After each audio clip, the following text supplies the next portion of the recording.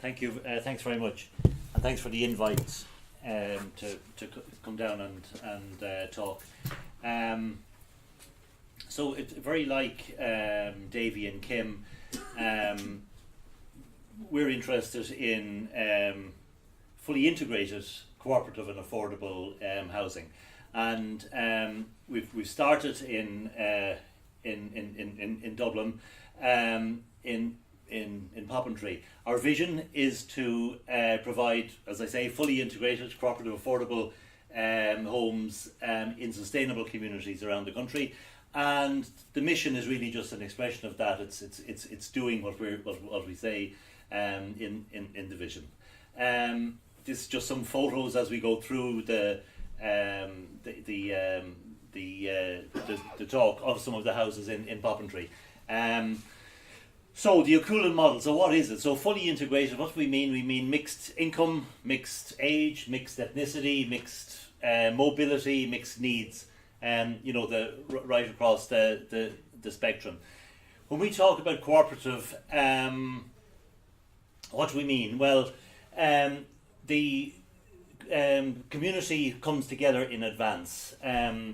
They own their individual homes, and this will be the case for this. Is the case for this development and will be the case for the next development. All of the houses are pre-sold on a phase-by-phase basis, so everybody knows who their neighbours are well before they move in. They come together and they prepare a common charter, and this is really important, and that sets out the rights and responsibilities for living in the community.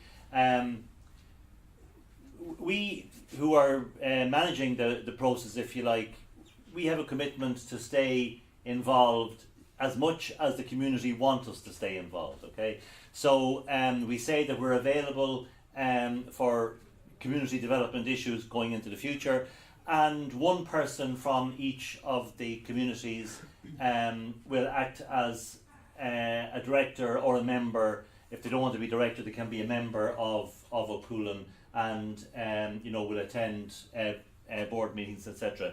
And that's the way we see it growing around the country. Let's go back one again just for a second. Okay, in terms of affordability, what do we mean? We mean that you're not spending any more than 33% of your net income, in other words your take-home pay, on your housing needs. So in reality, what does that mean? That means that if you're renting, we say you shouldn't be spending more than any more than 32% of your income, because you allow the other 1% for utilities, etc. And if you own, you shouldn't really be spending any more than 30% of your net income on your mortgage, because you need to set aside something for utilities and also for maintenance, etc. So it's a third of your net income on your total housing needs. As I said, the pre-sold to eligible candidates.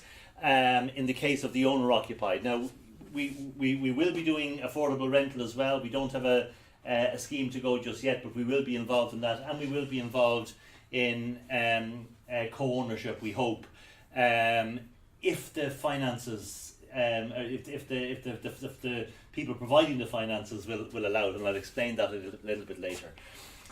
At the moment, the way we work is we get land at a heavily discounted price from a local authority or other willing landowners, or we will partner with Cloughjordan or other groups like that to build. And then the finance after that is private. Because the initial schemes are all owner occupied, each individual has to get their own mortgage. So that in a sense is the real source of the finance. But we need construction finance to keep us going. So we will get that either from the bank, and AIB have been supporting us to date, but we also now issue individual loan notes. So if there are people in the community who want to support O Cualann, they can loan us money for a period of time, and a number of people have come on board, typically loaning us between 50 and 100,000 for either 18 months or 3 years. And it looks like that also there's a charitable trust in Cork who have come on board, and they want to invest $1 million with us, which is fantastic, again over an 18-month or 3-year period. and that will provide our short-term construction finance for our next project. It gives us a huge amount of independence. I'm going to speak a little bit more about that later on. Scalability. As we say, as demonstrated by the proof of concept in Poppentry, the O Cualann model can be replicated and scaled. It is probably more geared towards the urban setting than the rural setting, but it certainly can be replicated and scaled. How? Back one again. Just through partnerships with local authorities, through partnerships with the private sector, for example, landowners, finance people, contractors, etc., through partnerships with the AHB sector. We actually have a very big AHB sector in this country, and as far as we think it's underutilised.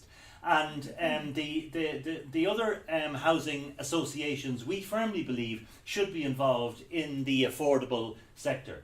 At the moment, all of the other housing associations concentrate solely on social housing. So they manage social housing, usually for local authorities. But that makes up, if you take everybody who depends on social housing, whether you're in a council-owned property, whether you're in a housing association-owned property, whether you're on a HAP or RAS, or whether you're getting support because of a disability or whatever, that makes up apparently about 30% of the population. But 45% of the population are earning too much to qualify for social housing and still can't afford to rent or buy affordably, especially in the larger areas of population. And we would love our colleagues in the AHB sector to work with us to provide housing for that that cohort, that 45%. And they have the capacity. We have the capacity to do it. We also will do it with through partnerships, where land and finance and construction resources are available. Thank you. So there are different kind of impacts to this. The national economic impact is one that isn't often understood. 95% of people who join us and will buy a house with us will never buy on the open market.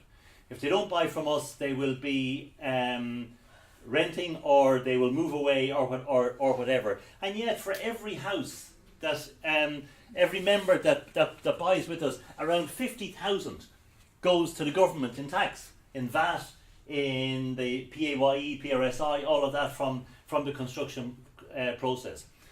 At the moment, we only give €1,000 per plot to local authorities, and we don't think that's enough, because there's no incentive for a local authority to dispose of land to us if they have to dispose of it at that rate. But with that 50,000 per house that goes to the Exchequer, a portion of that could and should be set aside to incentivise local authorities to build more affordable housing. We'll move on. Again, there'll be just some photographs of the scheme in Ballymun as we go on. The local economic impact is even more important, and this is applicable to areas like Ballymun where we're working at the moment. There are 2,000 plots available in Ballymun. 60% of our members were renting before they bought from us. The others were either with family, friends, couch surfing, or all of that kind of thing. The average rent when we did this, which is about 12 to 18 months ago, was €1,400 per month. The average mortgage was $880 per month when they move in. That leaves a nice chunk of disposable income that is available to spend in the local area. And typically, how is that spent? Well, we've done a little bit of work on it, and we find that around 40% of it is either saved or goes to a foreign holiday or upgrading the car, none of which really impacts on the local area. But 60% is spent in the local area, if the services are available there. In an area like Ballymun, where there are 2,000 plots available, and where we don't really want any more social housing, because around 62% of the population in Ballymun are social renters. So we're looking for more owner-occupiers there. If all of those 2,000 went to the O Cualann model, you would actually increase the income in the area by 13 million a year. That's huge in an area like Ballymun. We kind of joke about it and we say that with our model, even capitalism works. we talk about a kind of an innovative affordability as an enhancement of our model. So we say we're delivering fully integrated cooperative affordable houses using private finance. The purchase price is determined by the net income and not on market forces. Okay, so we want to divorce ourselves from the market. Just back one again, just for a second. Thank you. So we say that a variable subsidy is required depending on the net income, and this is something like what Davy was talking about over in Leeds. If you're earning a joint income of say 50,000, you're a couple, you've got 50,000, you can actually afford to buy one of our houses, but you need the full subsidy. You need to be getting the land at €1,000 a plot. You need to get the development levies waived. You need to have a not-for-profit working for you so that there is no developer's margin. If you're earning 80,000 and you still can't rent or buy, you need some kind of a subsidy, but you don't need as much of a subsidy as you do if you're on the 50,000. And therefore, two people can be living side by side, one getting a large subsidy and one getting a much smaller subsidy. And that subsidy can actually be paid back over time, and it would mainly go back to the local authority because it is they usually who are providing the land and waiving the development levy. So you can have this kind of sliding scale. And if you even go further, and if you say that let's include the social housing or the social renters in that as well, your variable subsidy takes you from 0 up to maybe 90,000. Some people say it's a little bit kind of utopian, or Mary Lou MacDonald said we're socialists. But I'm too old to be a socialist and I'm too young to be a capitalist, all right? So, but you can do that. So what is the subsidy? The subsidy, we say, may be required to ensure that homes are affordable whether you rent or buy. So the subsidy is made up to site value, development levies, again, that's all to do with the local authority, and our surplus, the fact that we will operate just to a 5% margin.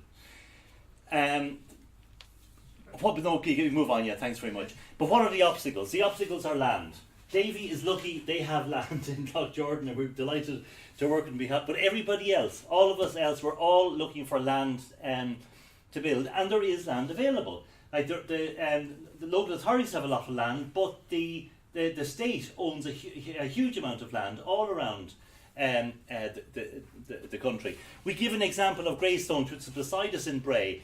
There are IDA-supported companies in Bray who are coming to us saying our employees cannot rent or buy in the area, and they're travelling for miles and we know we're going to lose them. Is there anything we can be done? We say yes, we'll set up a local Bray employees housing cooperative. We were going to call it a workers' co-op, but we thought it might be a little bit too communist sounding for people, so we just call it an employees housing cooperative. And the IDA have land in Greystones, 8 kilometres away. And so and it's just lying there and has been lying there since 1984. And what we're saying is that we'd like to see a policy change where the IDA should release about 20% of their land for affordable housing, especially if they are still trying to attract foreign direct investment, which they are. Housing agency have land, and we've applied for some of that, and hopefully we'll be getting a couple of schemes around the country. And then religious orders, and we're working with a couple of religious orders, and we're hopeful that will work as well. I'm not going to go into detail on this one. This just shows what I was talking about: your gross earnings, your net earnings, the maximum affordable mortgage that you can afford at 30% of your net income, the maximum rent that you can afford at 32% of your net income, and your bank mortgage that you can get, the maximum mortgage you can get under central bank rules, and the house that you can buy on those kind of earnings. But it's interesting, it does show that say the joint income is 50,000, you can actually buy a house under this scheme worth 194,000. And people will say to you that's not possible, but it is possible. And if we just think like a little bit kind of more laterally, this is just our house price calculator. It's just to show we included we want to make all of our costs as transparent as we possibly can. These are Dublin rates; they wouldn't apply necessarily to the rest of the country. This presentation is available to you to you afterwards. That's just why I included. This is our next scheme in Cranogue, very close to the first one in Poppintree. It's for 37 houses. It'll be the very same model. We won't have communal space, and even though we call it, a co-housing alliance, in our first two, but in the third one we will. In the third one, we're moving back to Poppintree. It's an extension of the original one. We're going to have, like fruit and vegetable gardens. Our friend with the Grow Dome hopefully will come and join us. And we may even have a common house. I'm going to have a question for Kim as to how they could afford a common house with only 25 houses. I'm intrigued about that because, we'd love to put in a common house, but it pushes up the price of the other houses, and when you're trying to do everything affordably, it's very difficult. That's it. Thank you very much indeed.